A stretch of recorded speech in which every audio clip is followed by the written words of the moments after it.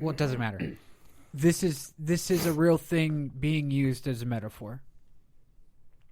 So a lobster will never grow bigger than the shell that it is in.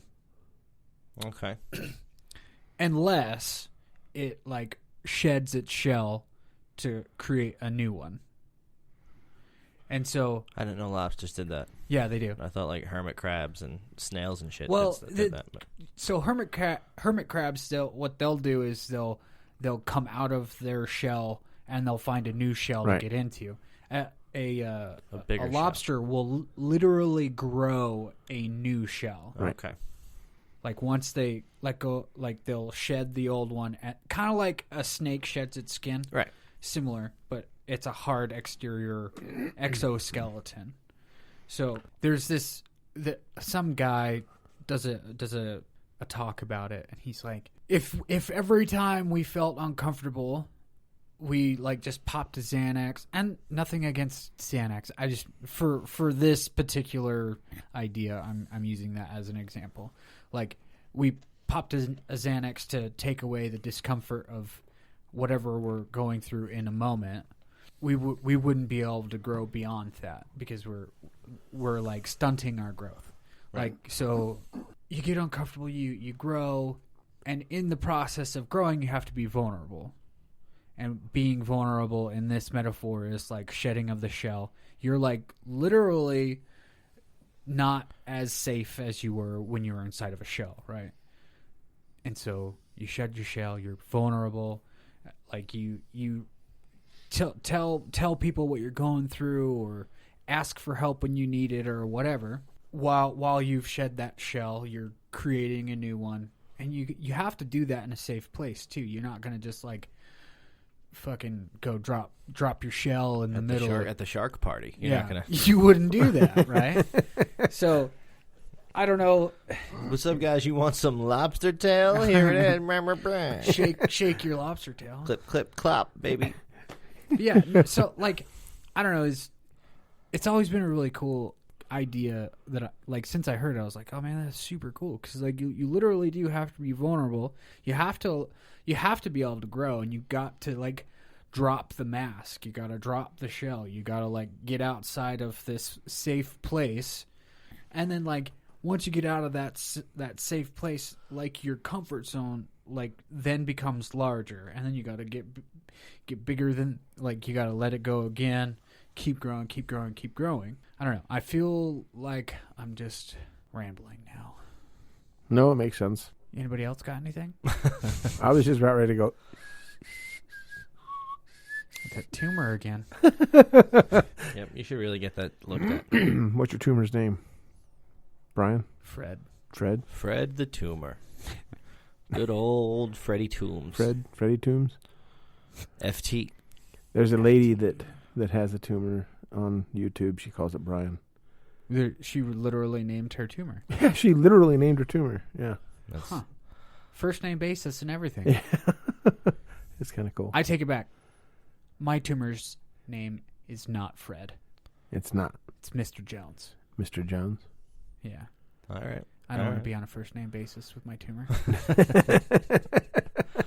Oh, man. I don't know. Never mind. I would sing it too, but no. Yeah, I just figured out that I can't sing that song. Yeah, it goes in my head very well, Right? like my accent does too. But as soon as it passes the lips, That's Counting Crows, right? Yeah. Oh. Yep. Can you sing it? Mr. Jones and me. I don't know the words. Everybody loves you. That's about all I got. I like that song. that is a good song. And we murdered it. Completely. I'm feeling like brain fart. Yeah. That's kind of where I'm at. Well, I mean, it's because of the topic. We'll blame the topic. Isn't that what we always do when we're insecure, is blame somebody else? Not always. I mean, that's one way to handle it. I mean, like, for instance, I'm not making enough money. It's my job's fault. My boss, if they'd pay me more, I'd be more secure. Right. Yeah. I mean, And that's a piece of it. That's a certain philosophy to have, like a mindset to hold on to for sure. Mm-hmm. I personally don't like that philosophy because it's like I don't have control of the sails of my own boat if I hold on to that philosophy. Well, where I was going with that was letting go of stuff. That's the way to combat that. Right. You know, I Or mean, like doing something different about it. uh-huh. You know, I mean, if I'm not Like making getting enough, a new job or getting a asking new job, for a raise. asking for a raise, doing a better job. Maybe there's a reason you're not getting paid more. Did you know that John Buffington and I talked a little bit the other day about, like, some of it was about his podcast, but some of it was like learning how to code on YouTube, like for free. Learning how to code, like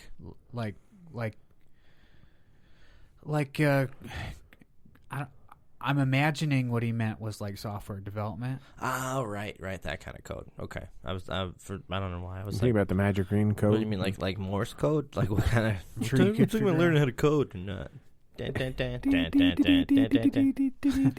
mean, there's a lot No idea what I just of said. But, information that you can find on YouTube, uh-huh.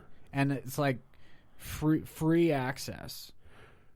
Oh, were you referring to learning from YouTube how to code? Right. I thought, okay, that's not what I heard you say. What I heard you say was learning how to code for YouTube.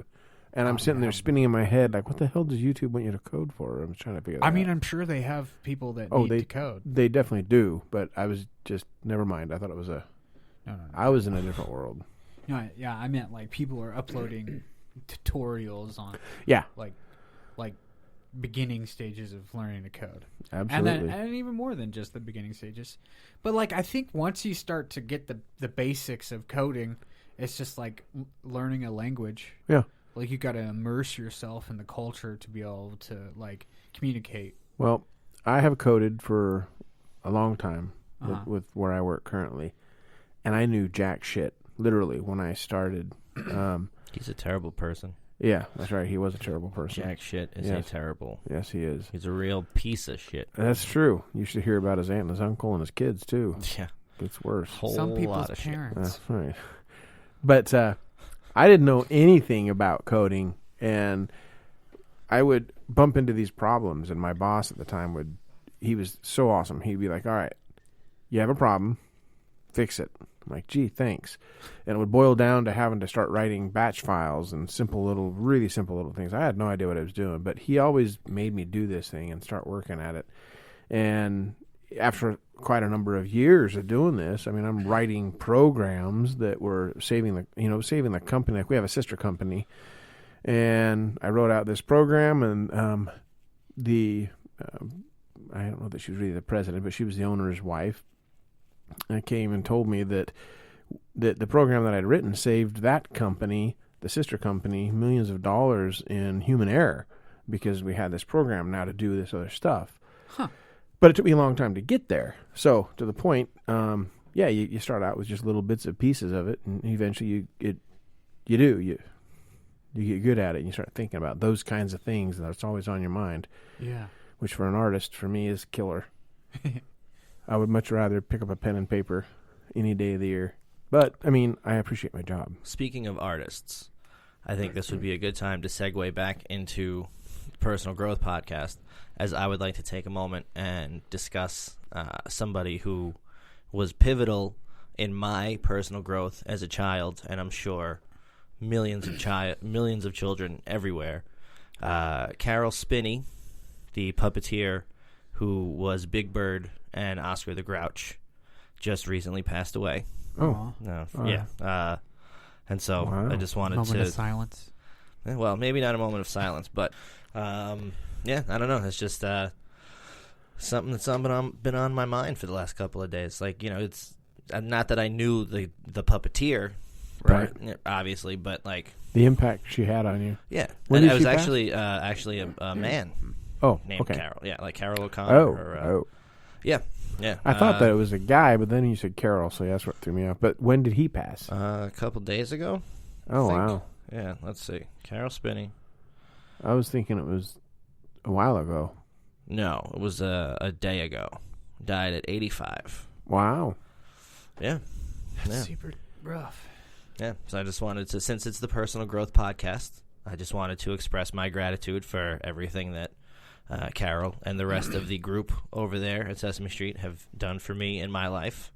I know how to count to 10 in Spanish because of Sesame Street, which is true. I think, what was her name? Celia Cruz, I think, sang a song about counting to 10 in Spanish. Anyway, Sesame Street and the Muppets in general have always been a big part of my life, so I just wanted to take a second and thank Mr. Spinney for the years of entertainment, and you will be missed. And education. Yeah, lots of education. Yeah. This podcast has been brought to you by the letter F and the number 6, and made possible by viewers like you. Why F? Because I can't fucking believe that he's dead. What was his last name? Spinney. Brought to you by the letter S. Yep. And the number 85, because that's how old he was. There you go. Yeah, I didn't mean to bring it down. I just, personal growth and I don't even, Sorry. I have no idea what we're talking about. Security. No, I mean like Sorry. I'm with you right now on that, right? And being with you with that whole thing right now blanked my mind as to what we were talking about. Well, I think that's doing okay? That's what the people at Henson Entertainment wanted. They wanted your mind to be blank when discussing. I don't know. I took it off the rails a little bit. I figured personal growth. We didn't really have a topic for this week. Yeah. So I just, throw it out there. Yeah. Do you want a hug? Maybe later. Okay. There's microphones and stuff. I was just going to say, I could get the cameras out and we could show you guys just reaching across the table, the whole kit and caboodle. Listen, it's enough that we're doing a crossover episode. We're not also going to do an after-school special. All right, let's just relax. I'll shut up. I'll sit back, and this is the. No. You're our guest this week, producer. Oh, okay. You're our guest. Wrong one. Never mind. I was off. Oh, be our guest. Yeah. The, I was thinking that was Sesame Street, but that's not, is it? That's Disney, which owns Sesame Street. So, they own the Muppets. What don't they own, except for the Personal Growth Podcast? Well, make us an offer. Make us an offer, Disney. I'll fucking sell it. I don't care. I'll sell this shit and split the profits right down the middle. Go for it. Fucking keep us on at hosts and put us on Disney Plus Radio. I'll fucking do that. Absolutely. Damn right. I don't think that the language would be acceptable. First of all, I can tone it down when necessary. If told I need to keep it clean, you bet your sweet fucking ass I can. So, if Disney wants to come in here and give us I'm money... not going to let Disney, put me under their thumb. Dude, you don't want to... control my creativity. You don't want to be part... You don't want to be part of the Disney machine? Fuck no. You don't want to fucking make millions of dollars to make children happy? What kind of a terrible person are you? Just a regular terrible person. What kind of a terrible person? Just a regular terrible person. Who knows? Yes, we yes. might even be able to turn this into fucking Disney Plus Presents at Disneyland and do a live episode. You don't know what the people at Disney have in store for us. Well, we know that TriPoint Studios has podcasting equipment that can go up and down on the roller coasters. There we go. See? We'll take this shit on Space Mountain, baby. You guys will have to be on your own because you'll be hearing a lot of from me. Ride the Matterhorn in this bitch. The what? I don't know. It's like an above ground trolley kind of a thing. It's I don't know. Is it float? It's like a monorail. I don't know. Huh. It doesn't matter. All I'm saying is if Disney wants to give us money, we should take it because I am ready to sell out to the highest bidder. Venmo me. It's Eric Cole. Speaking of security, Give me some fucking money to do what I do. But if they're giving you money to do what you do, then you're doing what they want you to do. Then Not necessarily. That's only if I say, give me money and I'll, bark like a dog. Then I'm doing what they want me to do. But if you just want to give me money out of the goodness of your heart, because that's what Disney does. because that's exactly. Disney is the happiest place on earth, and I want to be the happiest man on earth. So fucking let's go. Whoever's in charge at Disney, specifically in the Marvel division. Let's get them involved I could get behind that. because Yeah, that I would be want to be a cool. superhero.